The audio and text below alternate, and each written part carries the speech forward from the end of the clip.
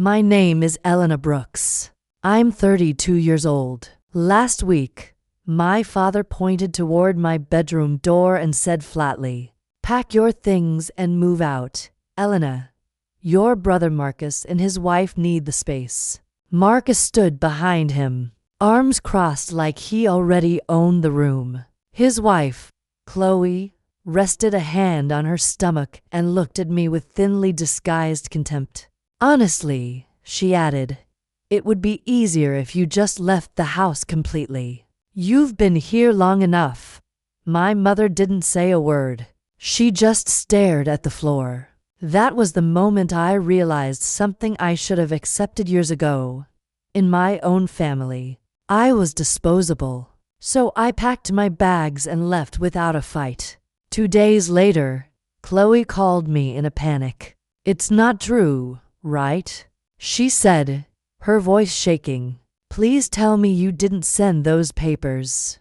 I did, because what they didn't know was this. They hadn't just kicked out their daughter. They had forced out the legal owner of the house.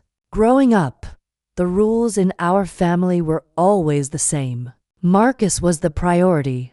I was the afterthought. When I was 19, working part-time and taking the bus to college, I spent $100 a month just getting to class. Marcus needed a car for an internship. My parents bought him one.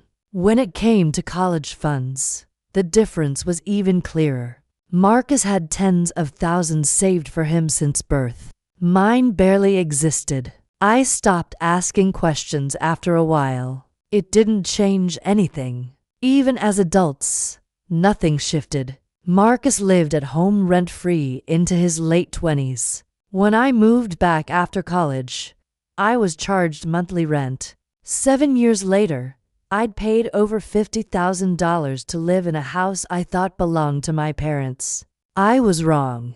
The only person who ever truly saw me was my grandmother, Evelyn Carter. She lived with us for years, quietly observing everything. One afternoon, when I was still a teenager, she called me into the living room. Sunlight poured in through the window, catching the silver in her hair. She handed me a small locket. "Sometimes," she said softly, "the quiet ones need the strongest protection."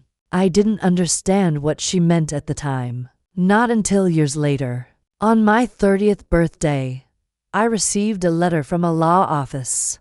Inside was something that changed everything. My grandmother had purchased our house decades ago. She had placed it in a trust fund that transferred full ownership to me when I turned 30. My parents had never owned the house.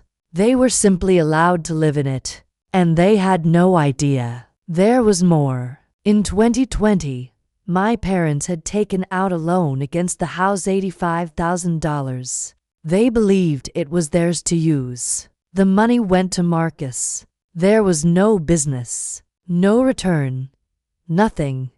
And when the payments started, I was the one who ended up quietly covering them. Month after month, year after year, I didn't tell anyone the truth. Not yet. Instead, I watched.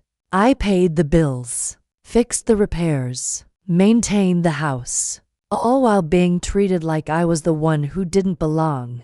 Then Marcus came back, with Chloe and her pregnancy.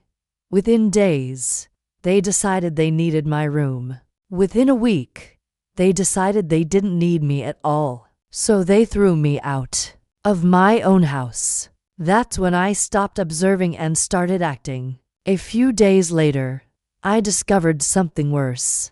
Marcus and Chloe had refinanced the house, using my name, forged signatures, fake identification. They had taken out over $100,000 and spent it within weeks on luxury items, debt, failed investments, gone.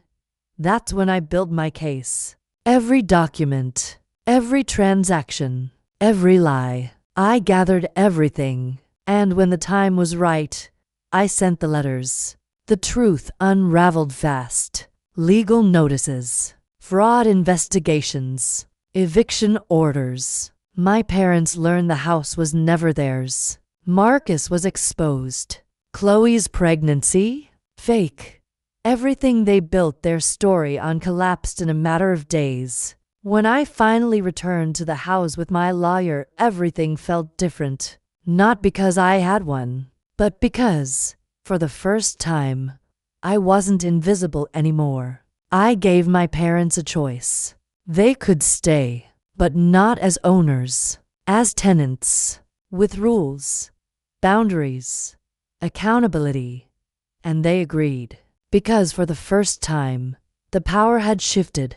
Months passed. Life became quieter, simpler.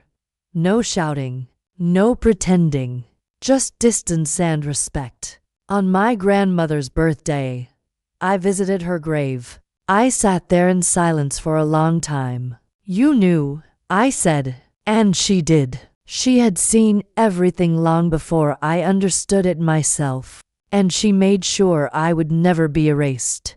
The house wasn't the real inheritance. The real gift was this, proof that I mattered. And if there's one thing I've learned, it's this: family isn't defined by who demands from you. It's defined by who protects you. And sometimes, you have to be that person for yourself.